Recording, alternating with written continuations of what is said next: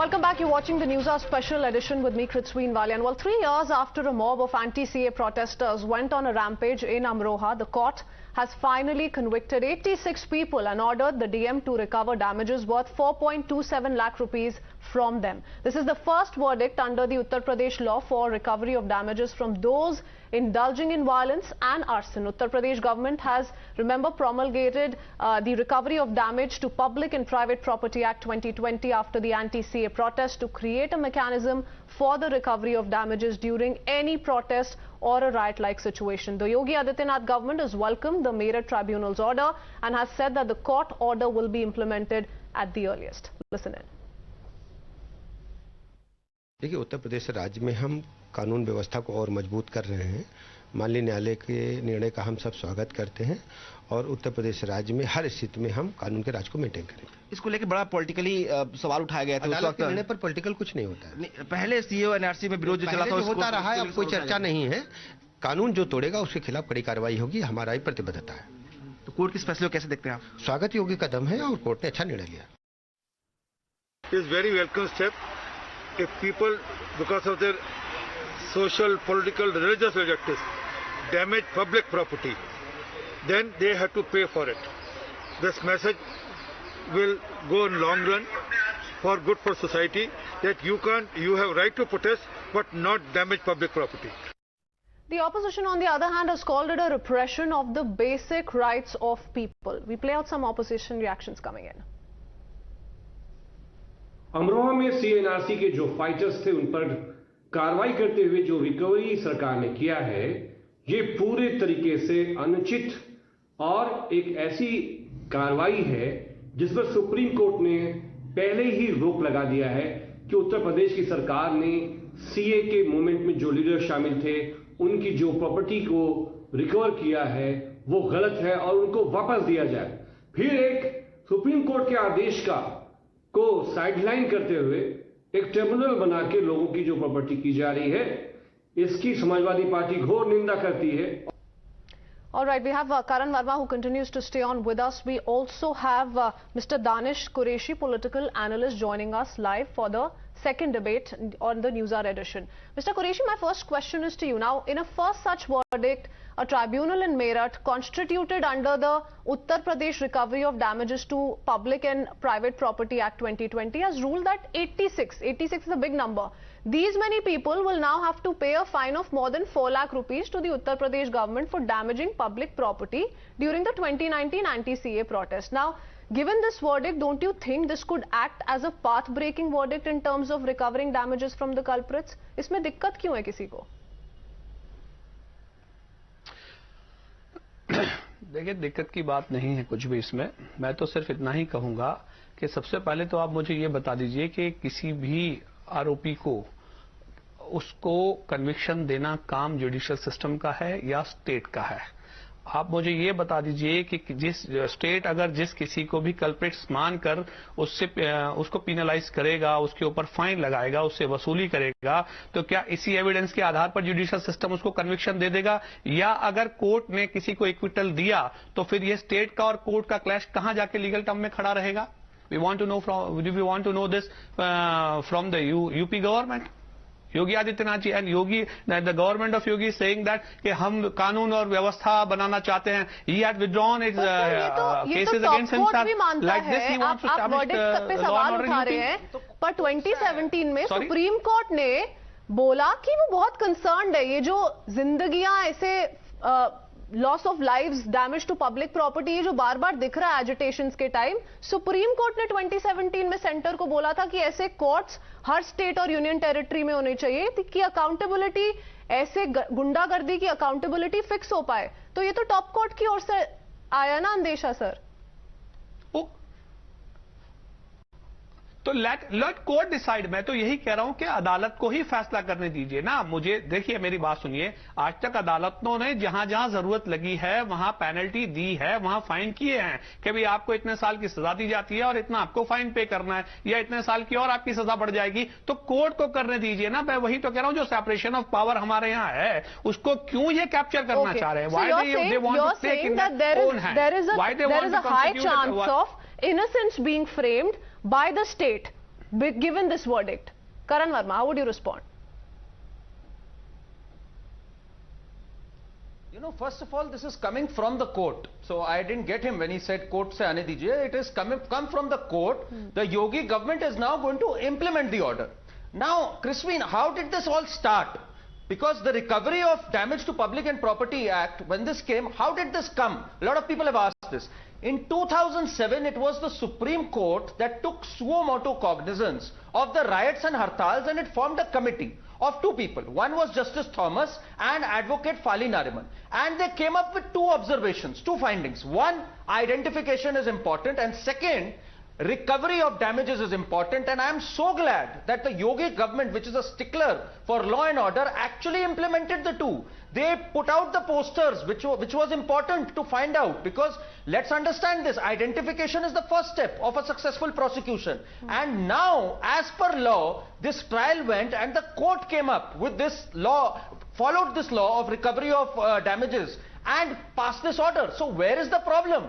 We have taken cognizance of the Supreme Court. The court has come up with an order. The Yogi government is implementing it. I think everyone should welcome it. Okay. And it will set a deterrence for any kind of rioter, that if you resort to any sort of nuisance, there is a hard penalty to pay. I think it should be welcomed by all, including Danish Saab.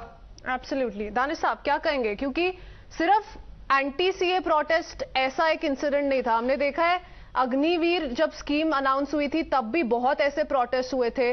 Public property को बहुत damage हुआ था. Thousands of crore में damage था. सिर्फ एक आध करोड़ की बात नहीं हो रही है सर. फार्मर्स प्रोटेस्ट को लेके बात करें तब भी पब्लिक प्रॉपर्टी का बहुत लॉस हुआ था.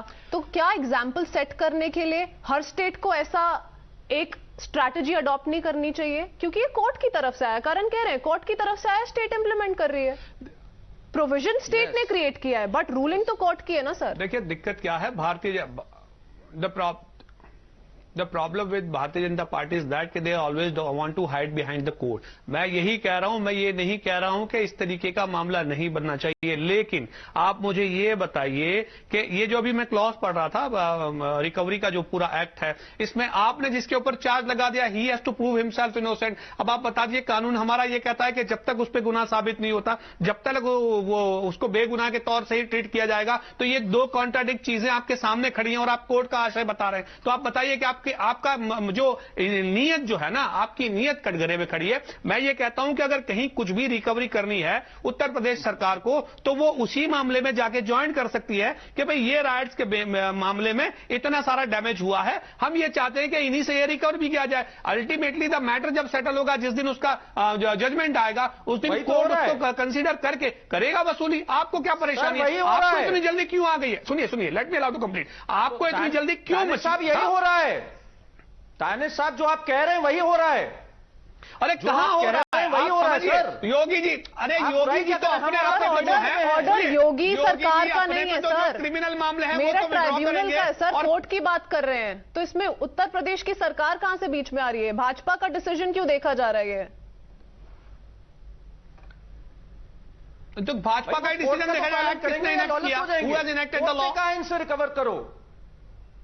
अरे कोर्ट का पालन करेंगे तो आप मुझे ये बताइए. सुनिए मेरी बात, आप किसी भी अच्छे खासे आदमी के ऊपर आप इल्जाम लगा देंगे ना, he has to prove that he is innocent. Let me allow to complete. Karan ji, let me allow to complete. Now, for sake of argument, if anybody has captain you in accused box or me in accused box, then we have to prove that we are innocent. Is this the way? Okay, sir, let me break this down for you. Let me tell you in as many words कि story क्या है, मुद्दा क्या है, हुआ क्या है. अब ट्राइब्यूनल जो है मेरठ में, which was constituted under the Uttar Pradesh Recovery of Damages to Public and Private Property Act 2020. This tribunal has found 86 people responsible for damaging public property. तो ये जो प्रोविजन है, ये तो उत्तर प्रदेश की सरकार ने क्रिएट किया है, बट आया तो ये जो भी डिसीजन है कोर्ट की तरफ से है ना. 86 लोगों की बात हुई है सर, तो ये सही प्रेसिडेंट कैसे नहीं सेट कर रहा है? दंगा फसाद होगा, यही तो है, पब्लिक गाड़ियां ट्रांसपोर्ट को आग लगा दी जाएगी और लोग आराम से निकल लेंगे कि ये तो भीड़ चाल में चल रहा था. एंटी सीए प्रोटेस्ट पूरे देश में बहुत जगहों पे चल रहा था, निकल लेंगे लोग ऐसे सर. नहीं तो आप अकाउंट नहीं, आप पुलिस डिपार्टमेंट की अकाउंटेबिलिटी तय नहीं करेंगे, आप इंटेलिजेंसी की अकाउंटेबिलिटी तय नहीं करेंगे। आप मुझे ये बताइए, जिस जगह पे दंगे हुआ वहां इंटेलिजेंस नेटवर्क क्या कर रहा था? क्या इंटेलिजेंस के जिम्मेदार अधिकारियों को डिसमिस किया जाएगा? नहीं किया जाएगा। पुलिस को जिम्मेदार ठहराया जाएगा? नहीं ठहराया जाएगा। बस आप जिस पे आरोप लगा देंगे, he has to prove him innocent. How it is possible? तो आप जो है ईमानदारी के साथ काम करिए। आप कहिए, आप उसमें क्लॉज ऐड करिए ना कि अगर अकाउंटेबल नहीं रहेंगे तो अधिकारियों को डिसमिस किया जाएगा, सस्पेंड नहीं किया जाएगा। तो आप वो नहीं करेंगे। यही आपकी नियत शक के घेरे में है। करण, वो है sir. You know, I am so amazed Crispin. I mean, मुझे तो नहीं नजर आया। बताइए कौन सा सेक्शन कहता है, रिकवरी एक्ट का कौन सा सेक्शन कहता है जिसमें अकाउंटेबिलिटी में डिसमिस की बात हो? करण जी, करण जी, सर, ये जनरल अकाउंटेबिलिटी है। कुरैशी साहब एक एक करके लेके जाते हैं। कुरैशी साहब, आप ये बताइए कि मेन मुद्दा क्या है, प्रॉब्लम क्या है? जो ये अभी वर्डिक्ट आया है कोर्ट की ओर से, उसमें क्या आपको ये प्रॉब्लम है कि इनफ प्रूफ नहीं दिखाया गया है? क्या आपको ये प्रॉब्लम है कि ये प्रोविजन ही उत्तर प्रदेश की सरकार के द्वारा है? प्रॉब्लम क्या है? पहले सवाल बताइए हमें, फिर हम करण से सवाल पूछेंगे। क्रिस्पीन, आई वांट टू आंसर। देखिए प्रॉब्लम ये है, सुनिए, देखिए प्रॉब्लम ये है कि भारतीय जनता पार्टी जो है, ओके, प्रॉब्लम ये है कि भारतीय जनता पार्टी ये चाहती है कि डेमोक्रेटिक तरीके से उनके खिलाफ किसी भी तरीके का प्रोटेस्ट ना हो। हमने किसान आंदोलन में ये देखा, उनके ऊपर खालिस्तानी के प्रोटेस्ट मतलब ये थोड़ी कि आप गाड़ियों पे आग लगा दें, सड़कें ब्लॉक कर दें। देखिए मुझे कंप्लीट कर लेने दीजिए, फिर आप इंटरवीन करिए। प्रॉब्लम क्या है? Those who want to demonstrate in democratic way, they are being forced to conclude the entire process. setting vehicles on fire, public transport on fire is a democratic way of protesting. Yogi government want this. Qureshi साहब, आवाज उठा के बात करने का कोई फायदा नहीं है। आप हमें बस ये बताइए कि गाड़ियों पे आग लगाना, पब्लिक प्रॉपर्टी को डैमेज करना, क्या ये डेमोक्रेटिक तरीका है प्रोटेस्ट करने का? डेमोक्रेटिक तरीका है जो डेजिग्नेटेड प्रोटेस्ट साइट है वहां पे बैठ के प्रोटेस्ट किया जाए। सड़कें ब्लॉक करना, गाड़ियों को आग लगा देना, प्रॉपर्टी डिस्ट्रक्ट करना डेमोक्रेटिक तरीका नहीं है sir.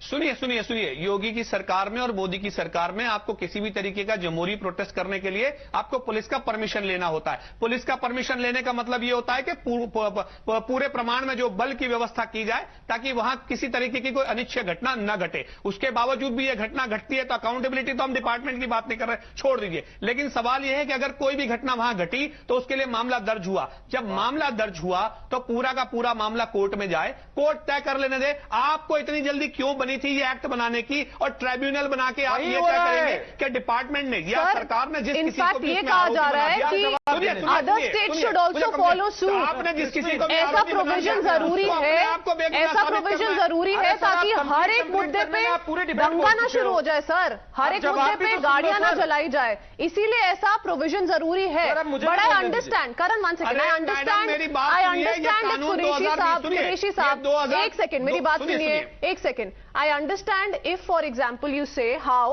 when in a civil proceeding before the ADM, 28 of the 46 named in 2 FIRs registered over anti-CA protest in Hazratganj on December 19, 2019, they were all out on bail. They were held liable to pay for the damage caused, but not in a single case did the police present any visual evidence. I understand if you have a problem with that, of how there is perhaps not enough proof to substantiate that, okay, these are the 86 people who were involved. But आपका concern तो ये है कि भाई गाड़ियों पे आग लगाई जा रही है, प्रॉपर्टी, पब्लिक प्रॉपर्टी डैमेज हो रही है, ये डेमोक्रेटिक वे है प्रोटेस्ट करने का। That is where we wrong and that is exactly why these kind of provisions are needed to make sure that law and order is above all. Qureshi sahab, I'm going to have to leave it at that. Karan, thank you for speaking to us here on Times Now. Both of you gentlemen, appreciate you joining us this evening. We have to quickly head into a very short break.